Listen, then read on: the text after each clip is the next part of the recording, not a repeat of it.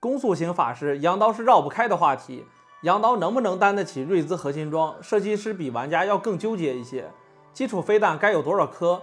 每颗飞弹伤害是多少？多少攻速能加一颗飞弹？这3种数值按不同的方式给，就有不同的瑞兹玩法。设计师在 S11 的总结反思中提到，英雄设计要符合玩家的直觉，因此设计师一定会保证瑞兹羊刀的强度，即使装备强度不够，也要拿羁绊强度去补。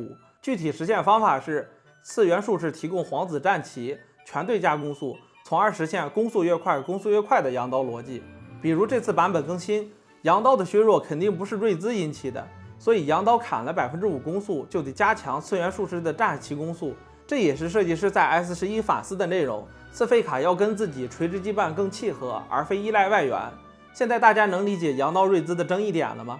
羊刀好评的大概率是次元术士玩家，羊刀差评的大概率是命运之子玩家。从大数据直接看不同羁绊对羊刀的评价，认为羊刀不错的羁绊，8次元负 0.00， 6次元正 0.00， 2学者正 0.03， 认为羊刀一般的羁绊，4命运之子正 0.19， 2命运之子正 0.17， 5命运之子正 0.14， 认为羊刀不行的羁绊，3次元术士正 0.26， 3命运之子正 0.31， 4学者正 0.36， 名次差，正数代表名次下降。帽子削弱之前，瑞兹还有爆杀流玩法，帽子削弱之后，玩家几乎都认可了大天使的成长性，这个在大数据观点更加明显。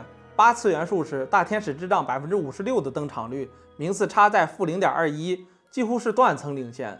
其实原因很好猜，是青龙刀拖累了瑞兹的平均名次。这期视频就不展开讨论了，做一个投票，你认为瑞兹的青龙刀是强还是弱？我们后续看情况再展开讨论。以次元术士瑞兹羊刀加大天使的拖时间倾向来看，中亚一定是瑞兹的神装，跟 S10 中亚卡牌是同一个逻辑。3秒的伤害免疫能让2件成长性装备收益拉满，如果没有中亚，第3件装备看情况选嘛。法爆可以配合大天使打伤害，电刀鬼书红 buff 可以配合羊刀叠攻速，还附带一点功能性。总之有什么做什么，4选1就不赘述了。这是次元术士瑞兹的出装逻辑。命运之子的瑞兹，除开大天使毫无争议之外，羊刀不一定是必做装备，除非卡在8级上不去，为了保名次做羊刀也正常。如果为了要上线，可以根据阵容需求走。电刀鬼书红 buff 3选2，既能减轻前排装备压力，又能给5费卡提供发挥空间。